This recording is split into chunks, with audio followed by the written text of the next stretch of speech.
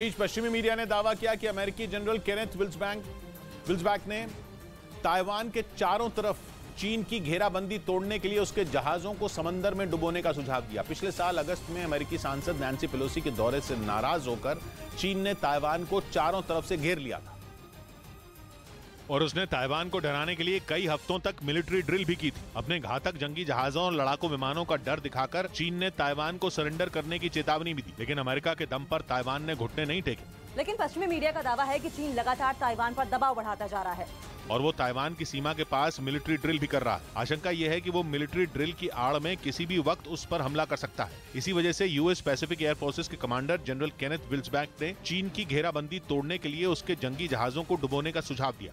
और उन्होंने ये दावा भी किया कि साउथ चाइना सी में मौजूद चीन के जंगी जहाजों को अमेरिका के ताकतवर ड्रोन आसानी से तबाह कर सकते हैं। लेकिन आशंका यह है कि अगर ऐसा हुआ तो फिर अमेरिका और चीन के बीच सीधी जंग छिड़ जाएगी, जिससे तीसरे विश्व युद्ध का खतरा बढ़ जाएगा, क्योंकि अमेरिका के हमले के बाद चीन भी जवाबी हमला करने में देर नहीं लगाएगा, जिसके लिए वो अपने ताकतवर हथियारों का इस्तेमाल करने से नहीं चूकेगा। एक रिपोर्ट के मुताबिक चीन के जंगी जहाजों पर सतह से हवा में मार करने वाली ताकतवर मिसाइलें लगी हैं, जिससे किसी भी लड़ाकू विमान को पलक झपकते ही आसमान में ढेर किया जा सकता है। मतलब ये कि समंदर में अमेरिका की चुनौती से निपटने के लिए चीन पूरी तरह तैयार बैठा है।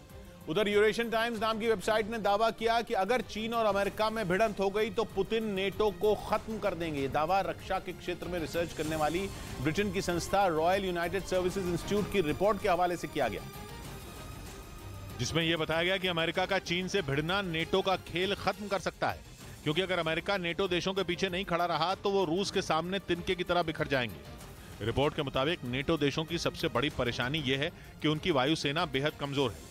उनके पास लंबी दूरी तक उड़ान भरकर हमला बोलने वाले लड़ाकू विमान बड़ी संख्या में नहीं है। इसके साथ ही उनके पास एयरबेस की भी कमी है। रिपोर्ट में दावा किया गया कि कई नेटो देशों के लड़ाकू विमान तो ऐसे एयरबेस पर तैनात रहते हैं जो दुश्मन के सीधे निशाने पर होते हैं और इसीलिए उन्हें किसी भी वक्त मिसाइलों की मदद से तबाह किया जा सकता है। रिपोर्ट के मुताबिक रूस के पास मौजूद S-400 मिसाइलें ऐसे किसी भी हमले को आसानी से अंजाम दे सकती हैं, क्योंकि पोलैंड और रोमानिया जैसे नेटो देश रूस की मिसाइलों की जद में है।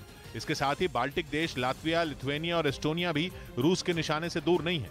यानी रूस ने चाहा तो वो एक झटके में कई नेटो देशों की कब्र खोद सकता है और वो पूरी ताकत लगा देंगे तो भी लंबे वक्त तक रूस का मुकाबला नहीं कर पाएंगे। रिपोर्ट के मुताबिक इसकी एक बड़ी वजह भी है, वो ये कि नेटो के ज्यादातर देशों ने लंबे वक्त से असली जंग नहीं लड़ी। यानी उनके सैनिकों को पता ही नहीं कि असली जंग में किस तरह की रणनीति से दुश्मन को पछाड़ा जाता है। इसी वजह से उन्हें रूस से बचने के लिए अमेरिका की जरूरत होगी, क्योंकि अमेरिका के पास दुनिया के बेहतरीन लड़ाकू विमानों का जखीरा है। इसके साथ ही अमेरिका के पास ऐसे आधुनिक एयर डिफेंस सिस्टम हैं जो दुश्मन की मिसाइलों और लड़ाकू विमानों का आसानी से पता लगा लेते हैं और फिर पलक झपकते ही उन्हें ढेर कर देते हैं। अमेरिका के इन घातक हथियारों ने यूक्रेन की जंग में अपना दम दिखाया भी है। अमेरिका की वजह से ही रूस और यूक्रेन का युद्ध 1 साल से लंबे वक्त से भी जारी है और इसीलिए दावा किया जा रहा है कि चीन और अमेरिका में अगर जंग छिड़ी तो रूस नेटो का खात्मा कर देगा, क्योंकि अमेरिका तब चीन से निपटने में अपनी पूरी ताकत झोंक देगा। उसके लड़ाकू विमान, जंगी जहाज और मिसाइलें चीन से मुकाबले में जुट जाएंगी और ऐसे में रूस ने अगर यूरोप के देशों पर धावा बोल दिया तो वो मिलकर भी उसकी ताकत के आगे टिक नहीं पाएंगे।